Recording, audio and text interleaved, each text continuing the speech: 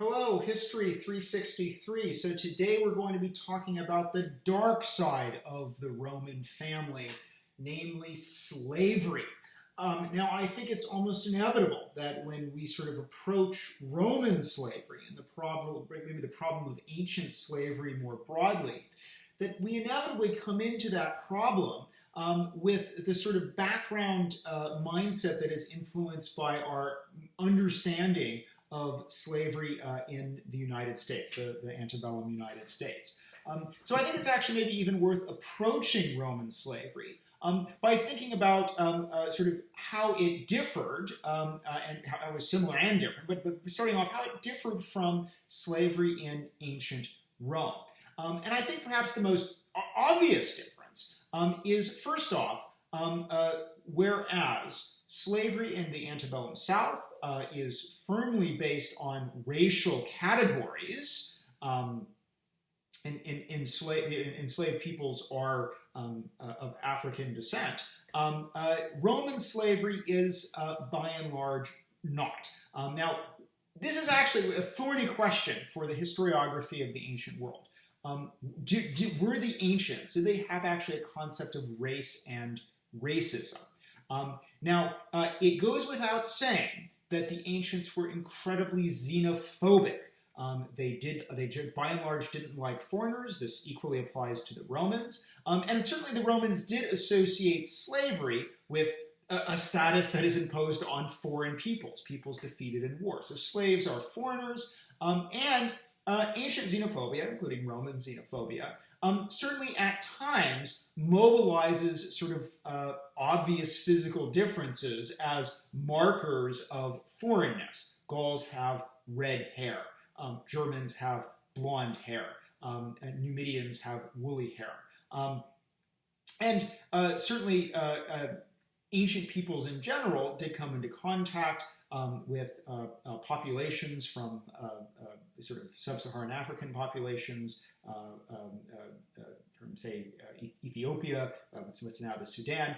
And when they saw those peoples, they oftentimes portrayed them in a way that suggested that they saw the physical differences as weird, comic, maybe even ugly. So there are some scholars, most notably Benjamin Isaac, who argues that this sort of toxic combination of picking out physical markers of difference combined with profound xenophobia should be seen as if not racism, then at least proto-racism in the ancient world. Now, be that as it may, without question, what did not exist in ancient Rome is the kind of scientific racism.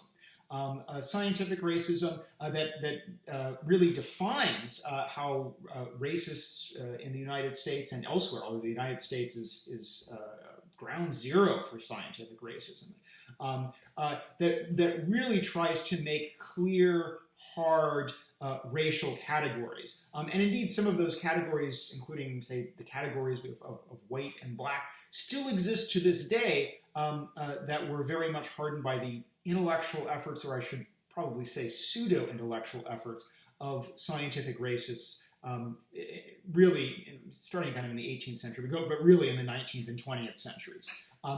Those kinds of intellectual efforts really do not exist in the ancient world at large. So if they have a kind of soft proto-racism, they certainly don't have the hard-edged, deep foundations of racism that exist in the modern world. So I think, again, even if we accept a kind of vision of proto-racism, probably most of the people that the Romans are enslaving, you would not be able to tell just looking at them how they were any different from the Roman citizens moving through the street. There wasn't a clear difference that could probably be defined, given that the Mediterranean at large and also Italy is this kind of sort of patchwork of appearance and skin tone, and sort of a spectrum of skin tones. So I think we can fairly say Roman slavery is not race-based. That's one big fundamental difference between Roman slavery and slavery in the antebellum South. Now, another big, truly important difference has to do with the legal structure of slavery. And in particular, how you can end a status of slavery. In that Roman law really generously allows for manumission. Manumission, the freeing of a slave. It is true there is a little bit of manumission in the antebellum South. There's a sort of burst of manumission after the Revolutionary War. As people like George Washington say, oh, maybe this whole liberty and slavery thing doesn't make a lot of sense. But manumission is actually very difficult in the laws of most states, and the free black population in the antebellum South remains very, very small. The number of freed men prior to the Civil War is only a tiny sliver of the total population. Things are very, very different in Rome. Manumission is extremely easy under Roman law. There's a variety of ways you can do it. You can declare your slave free before the praetor. You can do it, most importantly, in a will. There is a tax that you have to pay on the value of the slave, and people will try to find various workarounds for this tax.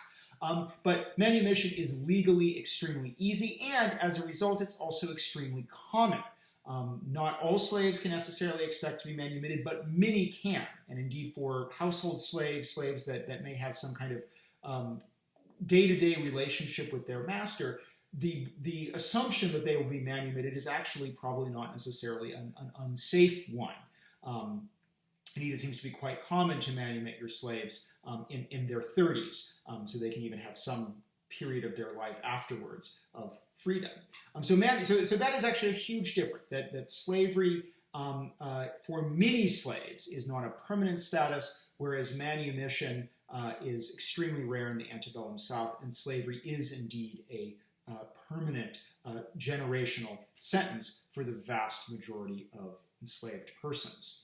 Now, another difference actually is what happens after manumission. Freed slaves, at least prior to the 13th and 14th and 15th Amendments, really are not even second-class citizens. They really can't vote in any state prior to the Civil War, and so they are very marginal within the society, within American society, both in the North and in the South. Slaves in ancient Rome, when they are manumitted and therefore become freed men, liberti, or a freed woman would be a liberta, but a libertus is a freed man, someone who has been a slave but is now free. He's libertus. He's been freed. They become Roman citizens. They will take on the trinomina, the triple Roman name. Frequently what they'll do, especially if they're a foreigner, most enslaved peoples out in the Mediterranean, Greeks, Gauls, you name it, have just one name. That's kind of the standard for the Mediterranean. So if you're enslaved in Rome, you have one name. You now become free. You usually will take the first name of your the first two names of your master. They're praenomen and nomen, and then you kind of will tack on your old name as your cognomen, the last part of the Roman triple name.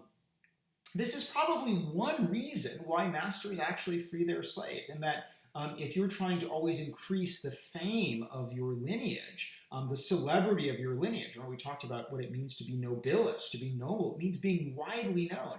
What better way to be known than to have a bunch of people walking around literally with your name? I'm Marcus Tullius Cicero Tiro. That would be one of Cicero's famous freed persons, but he carries around Cicero's name for the rest of his life, even well after poor Cicero is dead. So you become a Roman citizen. You usually take on the name of your master, and there are a few defects on that citizenship, and that's, I think, important to note. One defect: you cannot hold office. Another defect is you can vote. Again, a huge difference prior to the 15th Amendment. Freed American slaves cannot vote. But your vote is gerrymandered. So freed slaves are usually enrolled in the four urban tribes rather than across the all 35 tribes. And as a lot of freedmen live in the city of Rome, where they've come usually to be domestic servants of Roman aristocrats, that means that those tribes are probably somewhat bigger than the 31 rural tribes. There's a bit of gerrymandering, we might say, but they nonetheless do have a vote, and we know their vote matters because we know that Roman aristocrats go around shaking hands with freedmen and asking for their vote, even if they are formerly enslaved persons. Freedmen also cannot serve in the army. They can. Occasionally they are recruited into the army in periods of intense military emergency. But by and large, the freedmen don't serve in the army. They can serve in the Navy. And of course, naval service is usually considered the less pleasant and prestigious service. That's why proletarii serve in the Navy, because you're stacked up in these oars. It's very unpleasant. It's sweaty. It's nasty. So that is when freed slaves are recruited in the military. That's usually where they serve. So again, we do see a number of defects on the citizenship of slaves. Critically important, though, those defects only last one generation. Once you have children, and slaves have connubium, the right to have citizen children. Once they produce a child from a legal Roman marriage, that child is a full citizen and has all of the privileges of a full citizen. They can serve in the army, they can run for office. We even know that in the 130s there was a Roman consul. He makes it all the way to the consulship, a new man, a novus homo, but his father was a freed man. His father was a former slave, a manumitted slave. So this produces a level of social mobility, and also means that a substantial portion of the Roman citizen population probably at some point can claim a servile ancestor. Which again goes against the idea that there's any kind of racial basis for slavery, because so many Roman citizens are indeed again the grandsons or great grandsons or great great grandsons of former slaves. So this, of course, all sounds a little more mild, and you might say, in this sense, Roman slavery was more mild, at least in terms of its legal structure and its lack of racial basis, than slavery in the antebellum South. A few differences, and maybe I should just stop and say, while the possibility of manumission is a very, very important aspect of Roman slavery, it's an important aspect in probably the motivations of Roman slaves. Someone who believes they're going to get their freedom may have a different kind of relationship with the master, the dominus that they serve, versus someone who never ever thinks they or any of their children or descendants will be free. That does structure the incentives quite differently, right? But still, I should stress, Roman slavery, as with American slavery, is fundamentally coercive, and it is an institution that is maintained through massive and extraordinary violence. And indeed, that violence, its legal underwriting, is what we talked about in the last lecture, the power of life and death of a paterfamilias. And we do, I said, the Roman fathers almost never execute their children. Usually they're grown children. They can do it. They almost never do it. The number of times that we hear about it is extremely, extremely rare. When it does happen, it's oftentimes because the grown child is at risk of being executed by the state for a crime, and the parents are allowed to sort of handle the matter themselves. Even that's extremely rare. It does seem, however, that Roman masters execute their slaves at a somewhat higher rate, that it happens not all the time, but somewhat more routinely. If you have slaves that have committed some kind of crime, gotten into a knife fight, that might be something where the master subsequently usually would hold some kind of inquisition, maybe as part of a family council. And we do know that town executioners, town undertakers, have contracts on the side to be executioners if a slave is turned over for execution by a master. We also hear jokes about it in Roman comedy. This, incidentally, is one area where slaves in the antebellum South are oddly better off, in that while masters routinely brutalize and abuse and no doubt kill their slaves, they're not allowed to do so legally. If a slave commits a crime in the antebellum South, they actually have to go through the sort of state justice system. Probably not a terribly friendly place, but we do have cases where slaves are acquitted or are commuted on appeal through again the workings of the sort of standard civilian justice system, rather than in ancient Rome where the master can, because of his own power, decide to execute a slave without appeal. Now, again, we don't have a great sense about the frequency of these sorts of executions. We do know that against routine violence against slaves seems to be quite common, whether it's corporal punishment, whippings, floggings. There's a story later told about the Emperor Hadrian that he has a slave that he seems to be mostly fond of, but Hadrian loses his temper, stabs his slave through the eye with a pen or with a stylus or the writing utensil. Hadrian supposedly then regrets this. He goes to the slave and says, look, I'll give you anything you want. And supposedly the slave responds with, well, I'd like my eye back. Now that story may be apocryphal, but it is based on the assumption that a Roman master, not just as an emperor, but a master, could, in a fit of rage, abuse, mutilate a slave, and really face no consequences. So there is, again, whether the manumission sort of provides an outlet, provides sort of hope to slaves, there's no question that this is an incredibly brutal and violent institution designed to exploit the labor of countless men and women and children. Now, where do Roman slaves come from? Well, they come from all over. I mean, initially they come from Italy. Certainly a great number of slaves are initially war captives.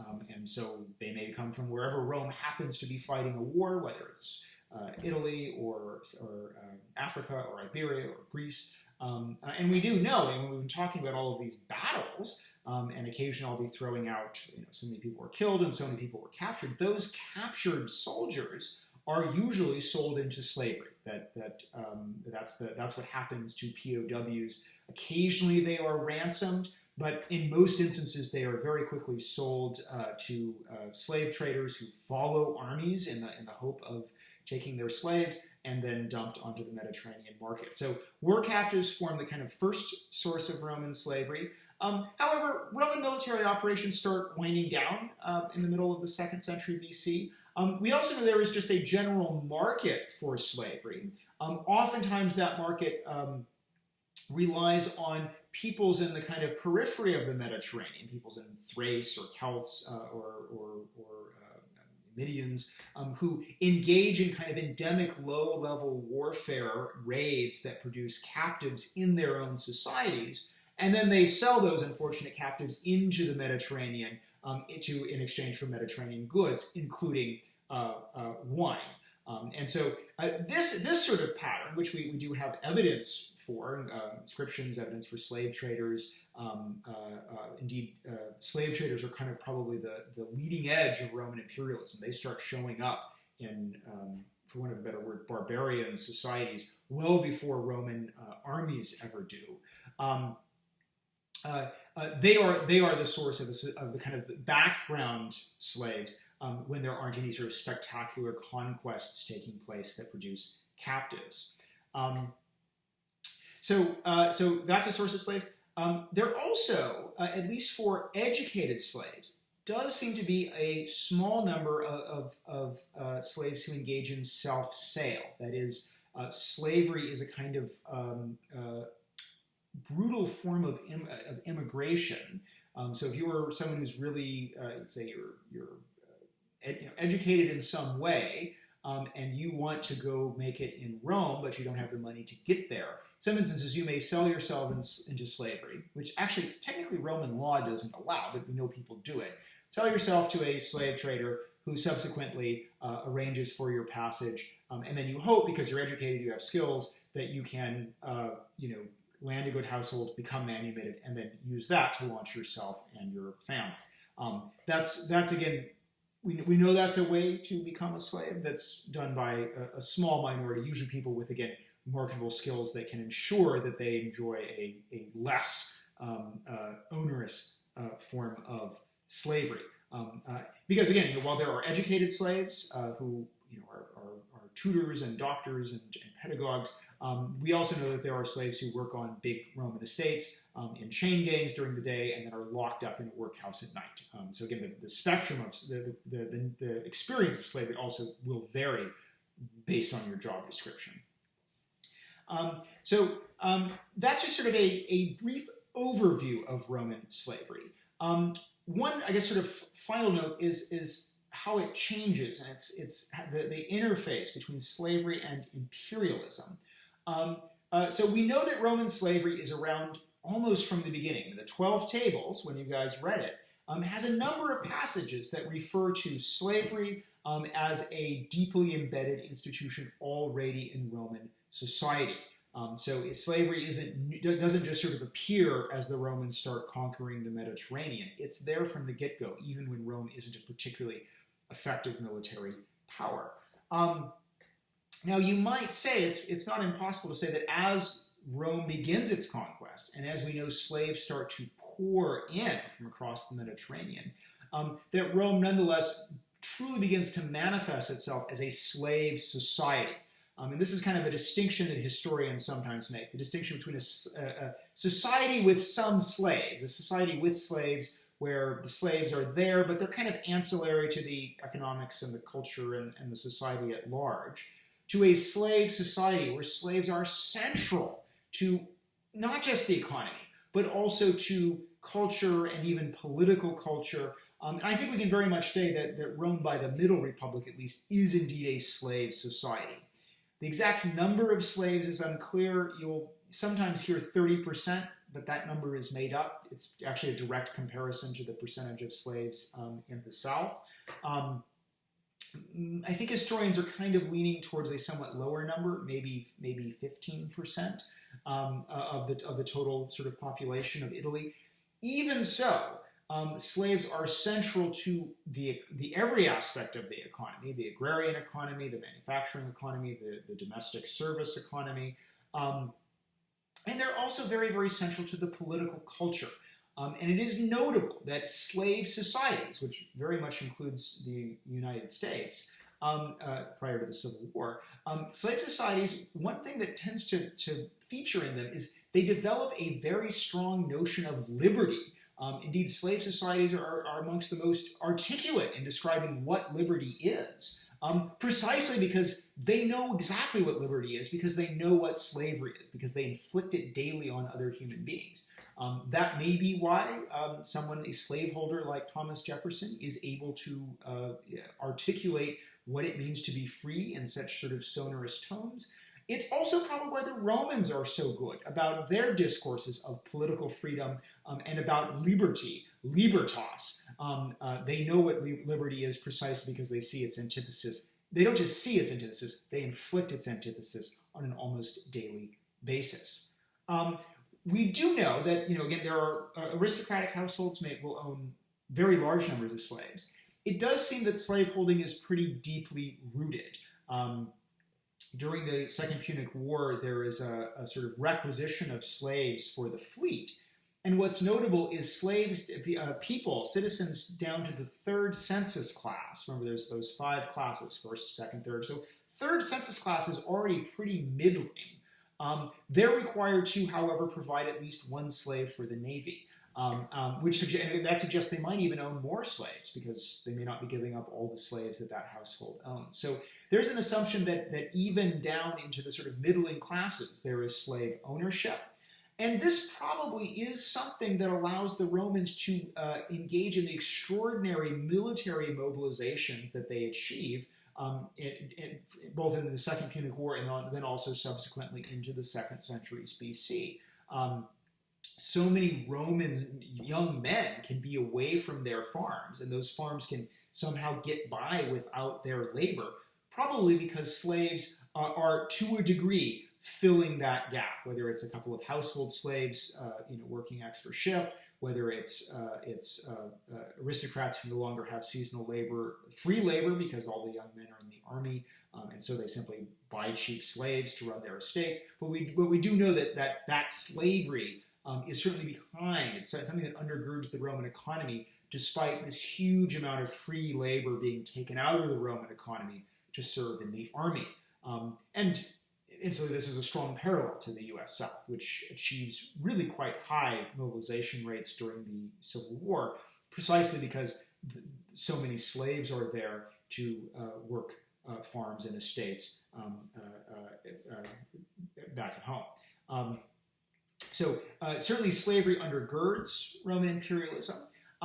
That being said, there are, I think, some risks as slaves, as slaves sort of push out potentially free labor in the Roman economy, and maybe even as large estates push out smaller peasants. Although, as we'll see, we'll talk about this more. This may be somewhat disputed.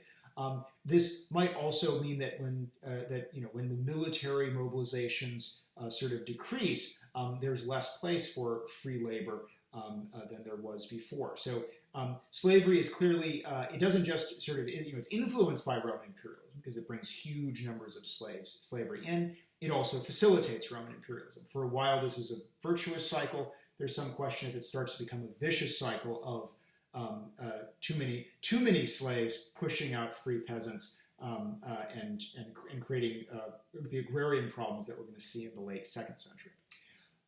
All right, so we could do a whole class on Roman slavery. This is probably not the last time that we will talk about it, but I just wanted to give you an overview of the institution. And again, also a reminder, even if this is kind of a special lecture, this is something that is really central to Roman society and also central to even the way Romans think about their politics and their society. All right, so that's all for this week. I will start grading your midterms this weekend, and we will be back to talk a little bit more about the Roman economy and demography. And I may pick up a few lectures that I didn't have a chance to do this week. So see you next week.